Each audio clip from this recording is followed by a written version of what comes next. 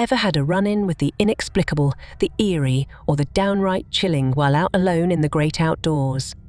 Welcome to another episode of True Chills. In today's story, I'll take you on a journey through the unsettling encounters of one person who found themselves face to face with the unknown on a seemingly ordinary day. Buckle up, because this spine-tingling tale will make you question the safety of your favorite hiking trails and bike paths. Story number 1. We've all felt it, a sense that a place holds a dark secret, an unexplainable feeling of dread. You can't quite put your finger on it, but you know deep down that this is a place you should never venture into. When I was just 11 years old, I had an eerie encounter with such a place that would confirm the malevolent forces dwelling within. My mother insisted that I accompany her to a house, along with some of her friends from church, to offer prayers. I was far from thrilled about being dragged into this endeavour, yearning instead to stay at home, engrossed in my PlayStation games. The house in question was owned by a fellow churchgoer who had reached out for help. His family had been enduring a series of harrowing experiences ever since they moved in, just 6 months prior. As the story goes, the man had moved into the house with his wife and young daughter. However, their lives took a nightmarish turn shortly after settling in.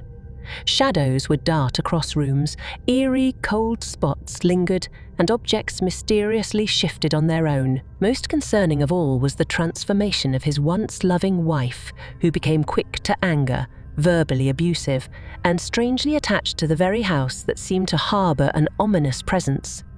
There were red flags when they moved in, for sure. For one, there were strange markings spray-painted on the inside of the garage. The main one I remember seeing was the eye symbol. As we live in a state known for tornadoes, most people have a storm cellar. He had not opened his once since being there, as he got a really bad feeling about it. Now, from my experience, we arrived at the house in the middle of the city, and the fact that it was in the city will be important later.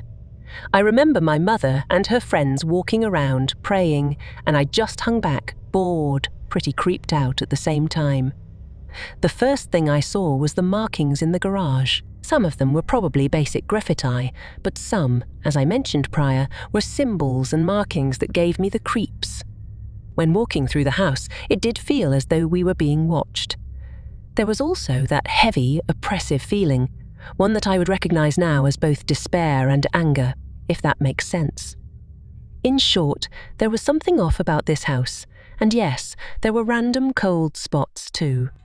While they were inside praying, I went back outside and just messed with bugs and stuff. This was the 90s, so I didn't have a phone or anything to keep me occupied. Eventually, they all came out of the house and went to the storm cellar. The storm cellar had never been opened or messed with. They had decided they would all open it together. What I saw next terrified me and has remained ingrained in my memory ever since. When the door was lifted, a smell emanated from inside. It was the faint smell of decay, and at the bottom of the storm cellar were the flattened, decayed bodies of dead animals. There were a dozen or so decayed bodies of cats and chickens. Keep in mind, this was in the middle of the city, and there was no one with chickens nearby. They had obviously been dead for a year or so, if not more. Experiencing that evil feeling being confirmed with evidence of nefarious activities had changed my view of things at that age. Whoever had owned that house before that man was obviously into some very, very dark stuff, and it's not something I would like to experience again. I do not remember what happened with the man, whether he and his family moved, or if their situation got better. I sure hope it did. Story number 2. I began my new job at Will Rogers Airport.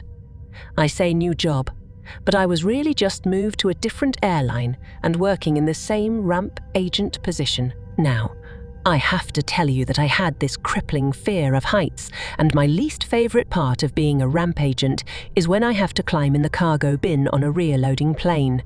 I mean, it's about 20 feet above the ground. Now, this particular night was a strange mix of a few factors, creating an uneasy feeling. The first ambience setting condition is it was raining, not just a light rain, but pouring, pissing rain. with a few scattered lightning flashes and even random power surges every now and then. We had dead bodies transported in the cargo bins. This was one of those occasions, and tonight was my lucky night, apparently, because my manager told me I was throwing this plane. Throwing meaning I was pulling the cargo out of the bin. It was the last plane for the night, and there wasn't very much cargo besides the body. My co-worker, John, pulled the ramp loader to the plane and raised it up so I could walk up the conveyor belt to enter the bin. About 4 other co-workers came over with a baggage tug for the cargo. I said to everyone in a louder than normal tone because the rain was loudly smacking the metal shell of the airplane. "I hope you all are ready. I'm not trying to be in there all night." John laughed and said, "Don't worry about it, and maybe you can make a new friend in there," in reference to the body. I didn't think it was funny, but I just chuckled to him and told him to shut up and let's keep going. I climbed into this small, cramped space and sat in the bin, as far from these human-sized white cardboard boxes as I could, pulling out my phone from my pocket and selecting a playlist to listen to while I threw the bin. I find a good one, and I start working. The conveyor belt moves at a snail's pace, and you have to wait until they scan each individual package, so I can't just throw them as fast as I want to get out of there. Now, about 10 minutes into it, I'm getting closer and closer to this box, and my music stops playing. I've had earbuds that short out when they get wet, so in the front of my mind, I automatically assume that rain has somehow got on them, and I just needed to shake a little water out of them. But they were bone dry. I pull up my phone and check Spotify to see if there is a glitch or a possible problem with the app, and I see I have an unread text that I got a notification for and forgot in the midst of my rap-fueled baggage handling. The way my phone is set up is when I get a message, it will tell you who it is from, but it will not display the message. You have to access them to read it. The message was from an unknown number, which was odd because very few people have my number to begin with. I click the notification to read the message, and all it said was, "Hi." I send a text back saying, "Oh, hey, who is this?" My phone displayed that whoever sent the message saw mine immediately after it was sent. I waited, but there was no response. I started my playlist back up and got back to my job. Shortly after, a crash of thunder was so loud that the plane shook and made me jump at first, but I quickly rationalized it and returned to work. I noticed the conveyor belt was no longer moving. I yelled to John, "What the hell is going on out there? Why did it stop?" John replied, "Darn thing ran out of gas. We're going to take this load of cargo to drop off while we get another loader over here. Sit tight." I thought to myself, where the hell am I going to go? About 1 minute later, it got cold, like I could see my breath cold. I wrote it off as just a cold front and reached over for some stranger's luggage to lean on while I waited. As I looked over for a bag to grab, lightning went across the sky, and I saw a quick flash of a little boy, 11, maybe 12 years old, sitting on the white box, staring at me with this eerily happy smile, his head turned slightly to the side. My heart sunk and I froze, never taking my eyes off that box for what felt like hours. I was startled by the replacement conveyor belt starting up right next to the plane. I darted to the moving conveyor, crawling as fast as I could, trying to keep my balance and panic at the same time. I hit the ground and looked at John, saying, "Nope, I'm done. You're going to have to go in there." I didn't want to explain exactly what I saw, but John knew something scared the crap out of me. He even asked me, "What's wrong? Who was it?" I stuttered and walked away before I could say anything.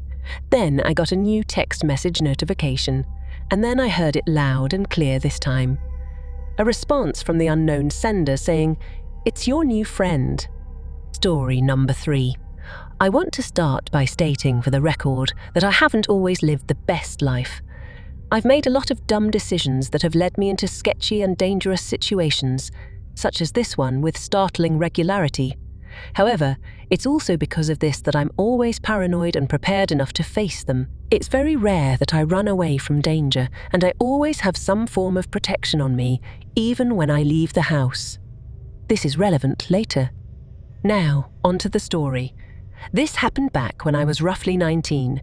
My best friend at the time and I were practicing witches, and on this particular night, it was the beginning of a full moon. There were some thick wooded areas in the small cottage town we lived in that were well known as being the secret hangout spot for college kids, in part because of a large, secluded clearing at the end of a forked hiking trail.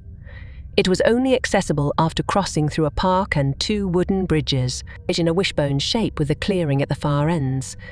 We thought this would be the perfect place to go, set up shop and do some witchy rituals, as we'd been there plenty of times before and knew both sides of the trail decently, even in the dark. So we packed up our supplies in her milk crate and headed to the park after parking. We began the walk from the parking lot to the first bridge. On the way to it, you have to pass by an outdoor theatre that's usually completely empty, other than the occasional group of college students not wanting to make the 30-minute walk out to the clearing. But this time, there was a man I'd never seen around town before.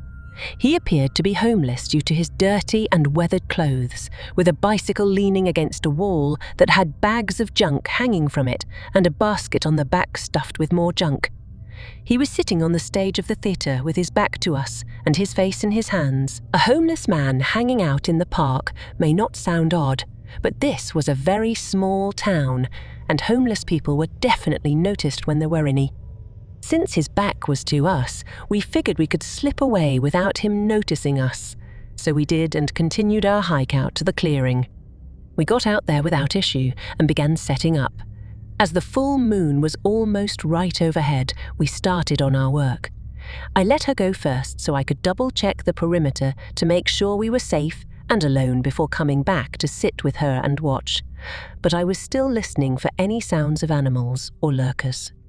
It was then that I heard rustling from the direction of the trail side we'd come from. I jumped up, flicked open my pocket knife, and turned to face whatever had made the noise from our spot in the clearing. It was about 10 feet from the dark trail's ending, but the moon's light was just enough for me to catch a glimpse of something quickly ducking back into the surrounding brush. I quietly whispered to my friend what I had just seen and told her to start packing the stuff up right now. She looked at me wide-eyed and did as I said, while I kept my eyes trained on that spot. As she picked the crate up, we heard something else coming from the woods. It was quiet but gruff laughter. I shouted at the sound, telling them they needed to F off and that I was armed, but whoever was watching us just laughed louder. My friend started to panic and insisted that we needed to go, but the only other way out was the other side of the trail that we didn't know as well. The sound of more twigs snapping and rustling as whoever it was started to come out of their hiding place made up her mind. She took off towards the other side of the trail. As she did, I heard the tearing of more brush, like whoever it was trying to fight their way through the dense area to cut her off. Her safety being my biggest priority, I followed after her. But when I started running, the noise got quieter, not gone, but like the person was taking their time getting through. We made it a quarter of the way down the trail, hearing the occasional twig snapping or brush rustling along the way, before I turned on my phone's flashlight so we could hopefully get down the trail faster without tripping. A few minutes after I did that, there was suddenly stomping behind us like somebody was booking it towards us. I spun around, ready to defend us, light still in hand, and that's when I finally got a good look at our pursuer. It was the homeless man. His face was dirty and beaten up, but his eyes are what shook my bravery. It was clear he was on some kind of substance because his pupils were almost the size of his irises, and his rotted teeth were bared and clenched together so tightly it looked painful. He stopped dead in his tracks and ran back towards the clearing after the light hit him, which was my cue to do the same. Towards the park, we ran as fast as we could, and after that, we only stopped for a breath when the bridge came into sight. We breathed a sigh of relief that the man didn't seem to have chased us the rest of the way. But as we crossed the bridge into the artificial light of the park, we looked back and saw his junk-packed bike, half covered by a tarp and dead brush thrown over it, as if to try to hide his presence from anybody else who would pass by. She ran ahead of me across the bridge and towards the car, but I continued to stare a little longer. I swear I saw his face peek out from the trail with a huge grin on it that sent a shiver down my neck, and I raced after my friend, We dove into her car and she whipped out of the lot. I looked back one last time and saw a dark silhouette just standing there on the bridge.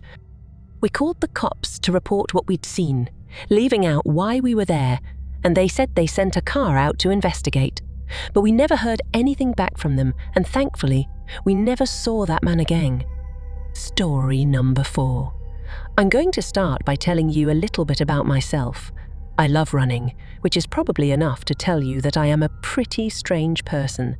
I never really liked any team sports like soccer or basketball because I am severely introverted, but I needed to get P credits to graduate from high school, so I decided to join a cross-country and track team. While there was practice with the team almost daily, I would usually do my own independent practice on a bike trail that I lived really close to. I loved that trail, and I spent a lot of my free time running, walking, and biking on it, as well as wandering off the trail exploring the beautiful forest that surrounds it. Despite this bike trail being 67 miles long, it was very well kept, or at least the part that I used was. The bike trail was a huge circle and was split into multiple sections, each with checkpoints at the end of them. The section that I used most of the time was roughly 8 miles from the checkpoint that I lived next to. I rarely ever walked or ran the full 16 miles, but I decided that I would attempt it for the first time.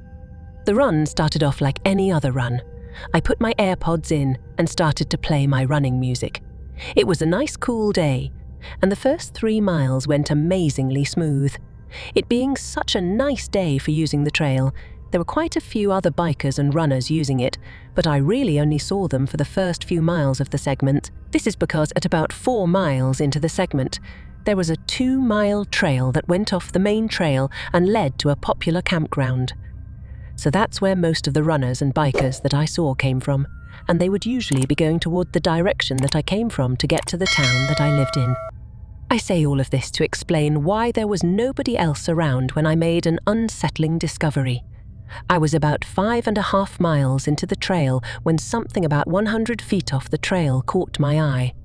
It didn't look like anything strange at first and was just a white object behind a tree. But as I got closer, I realized what it was, and what I saw was extremely unsettling. It was a dollhouse placed behind a tree, and on that tree there were a bunch of pictures of a little boy taped to it. All the pictures seemed to be taken in a daycare, and the child didn't appear to be having a particularly good or bad time at the daycare. What I mean is the pictures didn't seem concerning and were taken with the boy clearly aware that they were being taken. As for the dollhouse, it wasn't actually a dollhouse, but that is what I call it whenever I tell the story. It was something you'd see in an old woman's garden and was more of a large porcelain decoration than a child's dollhouse.